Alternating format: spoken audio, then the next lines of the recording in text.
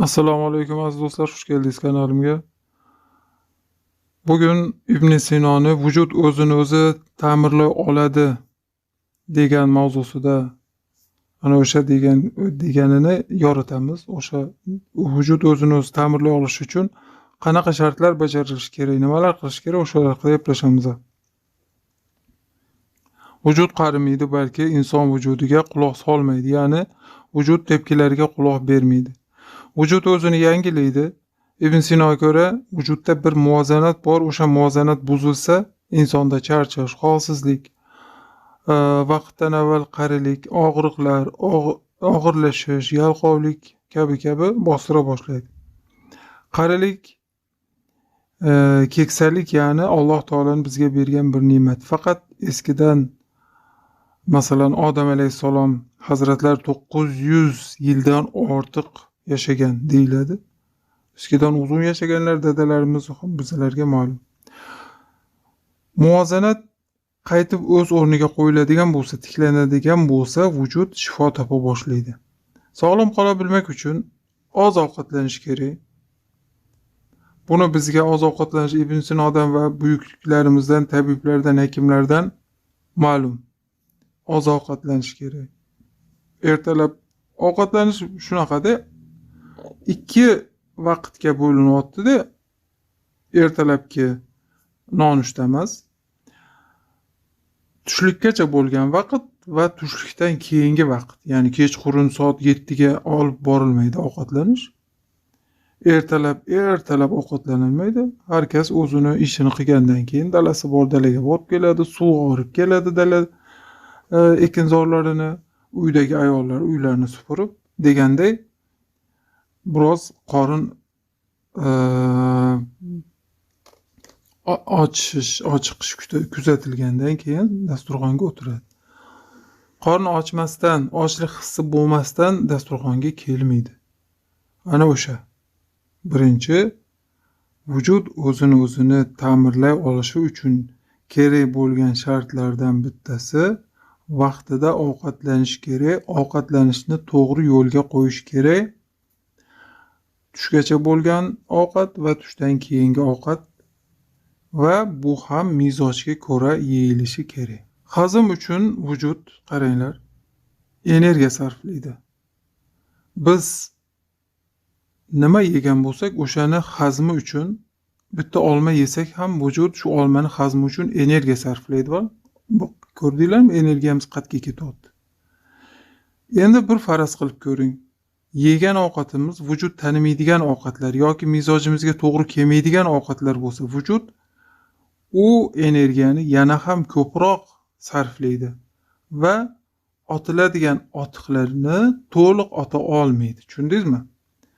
Mana shular bizni kasal qiladi, kasal bo'lishimizga sabab bo'ladi yoki bo'lmasa mizojimizning buzilishiga sabab bo'ladigan narsalar. Oz yegan kishi to'ymasdan turib ketadigan va och bo'lgan holda dasturxonga o'tiradigan kishini vujudi o'zini ta'mirlashga vaqt ajrata oladi. Ovqatni yaxshi hazm qiladi va o'zini ta'mirlashga vaqt ajrata oladi. Xullas, shunday misol keltiramiz. Telefonimizga уведомление kelaversa, mesaj kelaversa, hamon tozalab turish kerak, to'g'rimi? Batareyasi anaqa ekonom qilish uchun, tasarruf qilish uchun.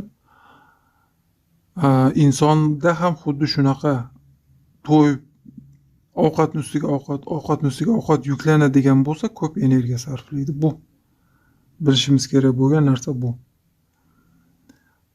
Va hazm buziladi, mizoj buziladi. Vujud o'zini ta'mirlashga zamon ajrata olmaydi. O'sha ovqatni hazmi bilan mashg'ul bo'lib yotaveradi. Ertalab yeyiladi, ko'zni ochishi bilan. Dasturxonga ovqat ye, birozdan keyin yana otishtirmaliklar, birov ovqat qilganda yana otishtirmalik, obedda yana ovqat, obed orasi yana ovqat, kechga yana. Buni qachon vaqt ajratadi vujud o'zini ta'mirlashga? Demak, tushlikkacha bo'lgan vaqtdagi ovqatlanish va tushdan keyingi ovqatlanish, tushlikdan keyingi ovqatlanish, mana bu vujud o'zini yaxshi ta'mirlay oladi, o'zini ta'mirlashga vaqt ajrata oladi degani. Kechki payt 7 dan keyin yemaslik. Ibn Sinoga ko'ra, kechki yeyilgan ovqat vujudga ovqat beriladigan bo'lsa, ertasi kuni vujud sandan qasdini oladi deydi. Ya'ni ertasi kuni kechki payt ovqat yegan odam turgisi kelmaydi, horg'in bo'ladi, bosh og'riq, bo'g'im og'riqlari, qandaydir ustida bir og'irlik hissi bo'ladi. Bular yegan ovqatni kechki payt yegan ovqatni og'irliklari hisoblanadi. Chunki kechki payt vujud o'zini ta'mirlagisi keladi. Kun bo'yi qilingan perezapisk qilinadi-yu kompyuter, o'shanga o'xshab perezapisk vaqti. Qorni toza tutish kerak. Qisqachasi, qorni toza tutish kerak. 4 xiltni muvozanatini buzmaslik kerak. O'sha 4 xiltni, 5 xiltni dangada tutish uchun, muvozanatda tutish uchun harakat qilish kerak. Qon, safro, balg'om, savdo va 5-element nur element. Ibn Sinoga ko'ra, bu vujud o'zini ta'mirlay olishi uchun birinchi ovqatni to'g'irlashimiz kerak ekan, ikkinchisi harakat. Ibn Sinoga ko'ra, harakat vujudni supurgasi deyiladi. Vujud sekin qaraydi, elastikligini yo'qotmaydi, chaqqon bo'ladi. Lekin harakatni ham bir xil tempda bo'lmaydi. Har kun 20 daqiqa yengil yurish, masalan. Bir hafta yurgandan keyin vujud unga o'rganadi. Boshqa bir harakatga o'tish kerak. Tez yurishga. Bir tabiiy ravishda emas, undan ham har doimgidan tezroq yurishga u harakatni qilish kerak. Yoki bo'lmasam boshqa bir sport turini qilish kerak. Bu vujudni uyg'onishiga sabab bo'ladi, deydi Ibn Sinoga ko'ra. Vujud o'zini o'zi ta'mirlay olishi uchun diqqat qilishimiz kerak bo'lgan narsalardan biri qayg'u, dard. Vujudda savdoni ortishi, qo'rquv mizojning sovishiga sabab bo'ladi.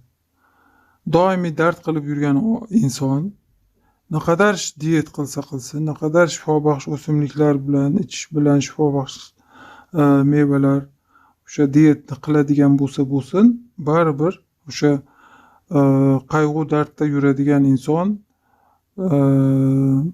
vujudi yaxshi tarafga o'zgarmaydi. Chunki dard insonni xasta qiladi. Vujudni tarsiga ishlaydi vujud. Sizga foyda uchun emas. Qisqa qilib aytadigan bo'lsak, sodda qilib dardni vujuddan zo'rlab uzoqlashtira olmaydi. Zo'rlab uzoqlashtirish mumkin emas. Bu qanday uzoqlashtiriladi? Piknikka chiqadigan bo'lsangiz ham dard turaveradi. Filmga boqadigan bo'lsangiz ham dard turaveradi. Yoki bo'lmasam shahar dishiga, yurt dishiga chiqadigan bo'lsangiz ham buni dardni vujuddan uzoqlashtirishning eng yaxshi yo'li va dalil isboti bilan Rad surasida keltiriladi 28-oyatda qalblar faqat Allohning zikri bilan mutmainna bo'ladi. Ya'ni huzur topadi. O'sha zikr bizni 5-elementimizni kuchaytiradi. 5-element to'g'ri bo'ladigan bo'lsa, qolgan 4 elementdagi eksikliklarni ketishiga yordam beradi o'sha. 4 xil muvozanatini yo'lga qo'yiladigan bo'lsa, vujud tuzalishga boshlaydi va senga xabar beradi, deydi Ibn Sino. Vujud tuzalishga boshlaganini sizga xabar beradi. Bu nimadan bizga ma'lum bo'ladi xabar berishini? Biz qanday bilamiz buni? Men tuzalyapman deb aytmaydi-ku. Ko'zga ko'rinmas darajada bo'ladi. Ibn Sinoning aytishiga ko'ra, vujudda bu 4 xil buziladigan bo'lsa, belgilar ko'zga ko'rinarli darajada bo'ladi. Buzilgan bo'lsa, vujud sizga hayqirib aytadi, men buzildim, mana shunaqa holatlarda deb. Tuzalishga, sog'ayishga kelgan vaqtda esa shivirlab xabar beradi, deydi. Bu to'g'risida maqol ham bor, kasallik botmonlab keladi, misqollab chiqadi degan. Bu ham bor. Tuyaga yuk bo'lib keladi, kasallik keladigan bo'lsa, ketadigan bo'lsa, inani teshigidan chiqib ketadi deb aytiladi. Va Mana shu narsalarga dard, qayg'u, hasad bulardan uzoq turish kerak, harakatni yo'lga qo'yish kerak, ovqatlanishni yo'lga qo'yish kerak. 3 ta narsani sanab o'tdik. Vujud o'zini o'zi tiklay olishi uchun mana shu 3 ta narsaga diqqat qilish kerak. Keyingisi nima? Vujud sihat topishi uchun, o'zini o'zi ta'mirlay olishi uchun yana nimalarga e'tibor berishimiz kerak? Ibn Sino bizga yana nimalarni shart qilib aytibdi? O'shalarni ko'rib chiqamiz. Bizga yana eng kerak bo'lgan narsalardan bittasi judayam sifatli uyqu dorisi. Ha. Bu sifatli uyqu dorisini biz qayerdan olamiz? Qayerdan olamiz? Yaxshilab eshiting endi. Kechalari sokin uyqu ertalab barvaqt tura olishingizga yordamchi bo'ladi. Ertalab barvaqt tura olasiz. Agar kechalari sokin uxlasangiz, ertalab barvaqt tura olasiz. Kechki payt u sog'lom uyqu dorisini topa olishingiz uchun kechki payt namozdan keyin sunnatga ko'ra erkan yotib, erkan turish kerak. Kechki payt namozdan keyin hamma yotib uxlash va ertalab vaqtli turish. Mana shu sifatli uyqu dorisi o'zingizning vujudingizda. Kechki payt g'iybat, dard, tashvish, ana o'shalarni gaplashib uxlaydigan bo'lsa inson, sizda u sifatli uyqu bo'lmaydi. Ya'ni sifatli uyqu dorisi ajratmaydi vujudingiz. Sifatli uyqu, ya'ni mazojiy ma'noda aytyapman buni. Sifatli uyqu uchun kechki payt sokin bir miya bilan, sokin tushunchalar bilan uxlash kerak. Butun g'am, tashvish, g'iybat o'sha narsalarni yo'q qilib tashlab, namozdan keyin hamma yotib uxlash kerak. Mana shu sizga juda ham sifatli uyqu uxlashingizga sabab bo'ladi va mizojdagi buzilganlarni, eksikliklarni ta'mirlashga juda ham katta yordam beradi mana shu uyqu. Shu sanab o'tganlarimni birortasida kamchilik qilayotgan bo'lsangiz, bu mizojlarni muvozanatga kirishi amri mahol. Ibn Sino aytadiki, uyqu vujudning dorisi deydi. U dorini iflos shishada saqlasang foydasizdir deydi. Demak, bizga sifatli dorilardan biri bo'lgan sifatli uyqu kerak.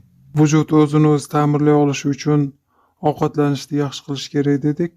Ovqatlanishni yaxshilashni bizga foydasi nima? Ochlik. Vujudga ochlikni hissini berish. Ochlik buyuk bir ne'matdir. Vujudga juda ham foydasi bor. O'shaning uchun bizga sunnat ro'zalar bor, bilasizlar, haftada 2 marta va Ramazonda 1 oy ro'za tutishlar berilgan. Nima uchun? Chunki vujud och qolgandagina o'zini ta'mirlashga vaqt ayiradi. Energiyani o'zini ta'mirlash uchun sarflaydi. Ovqat yeyish uchun, ovqatni hazm uchun emas. O'zini ta'mirlash uchun vaqt sarflaydi. Sizga rahmat aytadi vujud och qolgandan keyin. Keyingisi harakat dedik. Bir xil tempdagi yashash ham inson vujudini dushmanidir. Bir xil tempdagi yashash. Aytganimdek, har kuni 20 daqiqa yurish bir xil tempda.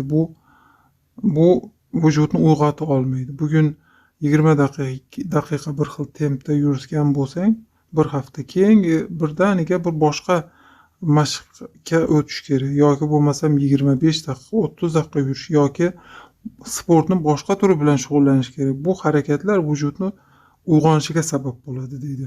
Ibn Sinoga ko'ra bunlar Ibn Sino aytayapti. Ritm o'zgaradi, ya'ni bu ritmni o'zgartirish kerak deydi. Harakatlarni o'zgartir, bir xil bo'lmasin deydi. Va keyingisi yana bir vujudimizda dushmanlaridan bittasi inson o'zini vujudini kuzatadi deydi. Bu ham vujudni bezovta qiladi va o'zini qo'rishga oladi. Ozaman deganlar o'shaning uchun ozomiy qolishadi. O'zini kuzatish nima? Oynaga qarab, men undayman, men bundayman, men chiroyli emasman, men vaznim ortiqcha vaznlarim bor yoki bo'lmasam bir diyetga boshlagan vaqtda tinmasdan taroziga tortilish, bular ham vujud o'zini qo'rmaga oladi, kuzatishni yoqtirmaydi deydi. Quyosh chiqquncha uyg'oniq bo'lish kerak, quyosh chiqquncha uxlab yotmaslik kerak va ochlik haqida.